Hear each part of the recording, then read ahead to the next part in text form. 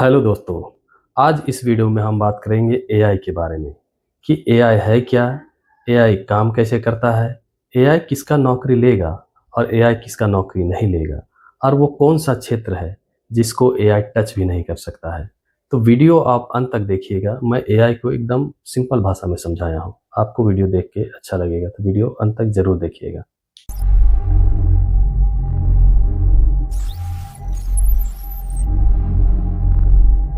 दोस्तों वीडियो शुरू करते हैं और जानते हैं एआई है क्या? तो एआई 2 वर्ड से मिलके बना है artificial plus intelligence, artificial intelligence. और आर्टिफिशियल है क्या? वो चीज़ जिसको इंसान ने बनाया। तो इंसान किसको बनाया? मोबाइल बनाया, कार बनाया, घर बनाया, ट्रैक्टर बनाया, ये सब कुछ इंसान बनाया। आप देख सकते हैं इंसान क्या बनाया है। तो ये हो गया आर्टिफिशियल। और बात आता है इंटेलिजेंस। इंटेलिजेंस ही का मतलब होता है समझदारी, समझदार। मतलब एक मशीन अगर समझदार हो रहा है तो इंटेलिजेंस हो रहा है। इसको एक एग्जांपल से समझते हैं।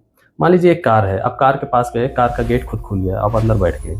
फिर कार के अंदर बैठे, स्टीरियो आपका मूड देखा और गाना बजाने लगा आपके मूड के हिसाब से। मतलब वो इंसान के जैसा सोचने लगा। तो मतलब आर्टिफ़िशियल इंटेलिजेंस ये हो गया। मतलब वो चीज़ जो इंसान के द्वारा बनाया गया हो और जो इंसान के जैसा काम करने लगे, तो वो हो गया आर्टिफ़िशियल इंटेलिजेंस आसान भाषा में। मतलब एक कार अगर इंसान के जैसा सोचने लगे, समझने लगे, तो हो गया कार इंटेलिजेंस। मतलब आर्टिफ़िशियल कार इंटेलिजेंस मतलब समझदारी, वो खुद से सोचने लगा। तो ये आसान भाषा में है आर्टिफिशियल इंटेलिजेंस। अब बात करते हैं ये कितने तरह के होते हैं। ये अभी पावर के हिसाब से 3 तरह के हैं। वो होता है आर्टिफिशियल वीक इंटेलिजेंस नंबर 1, दूसरा होता है आर्टिफिशियल जनरल इंटेलिजेंस, तीसरा होता है आर्टिफिशियल सुपर इंटेलिजेंस। तो अभी जो दुनिया में जिस इंटेलिजेंस पे आर्टिफिशियल इंटेलिजेंस पे काम हो रहा है, वो है आर्टिफिशियल वीक इंटेलिजेंस। वो चाहे चैट जीपीटी हो, चाहे ह्यूमनॉइड हो, चाहे चाइना का वो कुत्ता हो, चाहे टेस्ला का कार हो, चाहे अमेज़न के जो फैक्ट्री है उसमें जो ह्यूमनॉइड काम कर रहा है वो हो, चाहे वो चाइना का वो रोबोट हो जो 100 किलोमीटर चला था, वो ह्यूमनॉइड है। ये सारे के सारे वीक इंटेलिजेंस है। मतलब ये उतना ही काम करते हैं जितना उनके दिमाग में भरा गया हो, उसके उससे ज़्यादा ये काम नहीं करते हैं।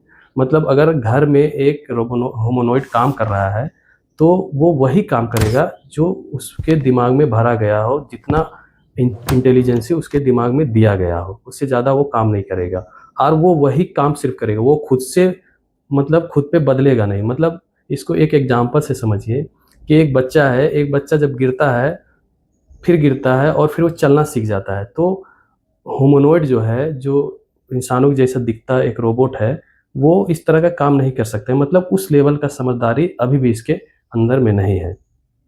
तो ये हो गया आर्टिफ़िशियल वीक इंटेलिजेंस। मतलब अभी जो दुनिया में जिस इंटेलिजेंसी पे आर्टिफ़िशियल इंटेलिजेंस पे काम हो रहा है, वो है वीक इंटेलिजेंस। और आर्टिफ़िशियल इंटेलिजेंस शुरू कब हुआ था, इसके बारे में इंसान जाना था 1956 में।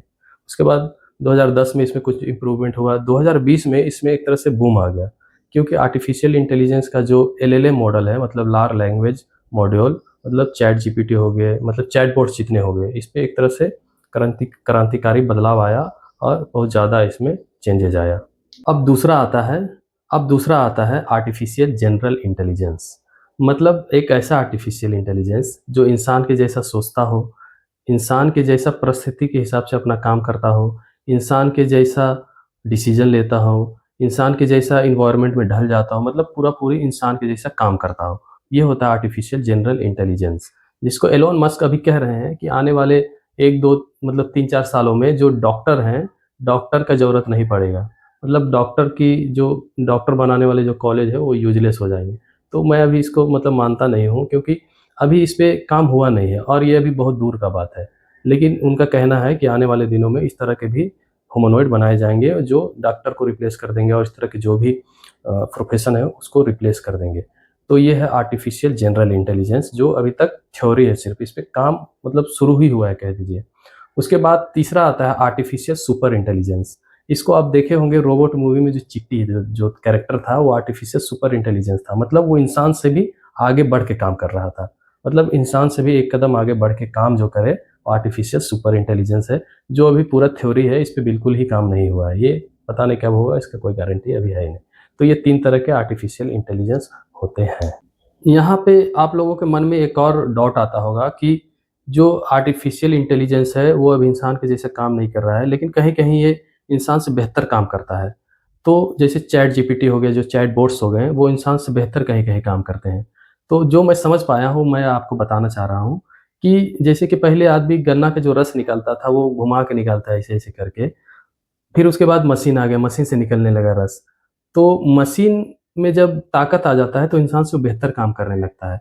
तो इसी तरह से जो अभी एलएलएम मॉडल्स हैं, जो चैट बॉट्स हैं, तो उसमें उनका ताकत क्या है? उनका ताकत है डेटा। जो उनके अंदर में जो डेटा डाला गया है, वही उनका ताकत है। तो वो डेटा को बहुत स्पीड में काम करते हैं और उसको बहुत स्पीड में फ़िल्टर करके आपको रिज़ल्ट देते हैं। तो वो उसी तरह से हो गया कि मशीन में जब ताकत आता है, तो वो बेहतर काम करता है। तो जो चैट बॉट्स है, उसका मशीन है सर्वर। सर्वर में जो भी डेटा है, वो उसको प्रोसेस करता है और एकदम फ़ास्ट उसको रिज़ल्ट हम लोगों को देता है। तो इसलिए ये बेहतर काम कर लेता है इंसान के मुकाबले यहाँ पे। लेकिन वो भी लिमिटेड सोचता है, आप उससे जितना पूछेंगे, वो उतना ही जवाब देगा। जैसे मैं उनसे पूछता हूँ, मैं काम करता हूँ, चैट जीपीटी का मैं हेल्प लेता हूँ। जैसे मैं अगर उसको मैं बोलूँ, "क्या मुझे 10 मिनट का स्क्रिप्ट लिख के दो इंडियन इकोनॉमी में।" तो वो लिख के देगा 10 मिनट का स्क्रिप्ट, लेकिन वो बाद में मुझसे ये भी पूछेगा, "क्या मैं इसका थंबनेल बना दूँ? क्या इसका मैं डिस्क्रिप्शन बना दूँ?" क्योंकि मैं कभी न कभी उससे पूछा होऊँगा कि इसका आप थंबनेल बना दो, इसका डिस्क्रिप्शन बना दो, तो वही डेटा को प्रोसेस करके अगर आप आगे नहीं भी पूछोगे, तो भी उसके बारे में वो आपसे पूछेगा। तो इस तरह से ये काम करता है। क्या जो रोबोट दिखते हैं, वो एआई हैं?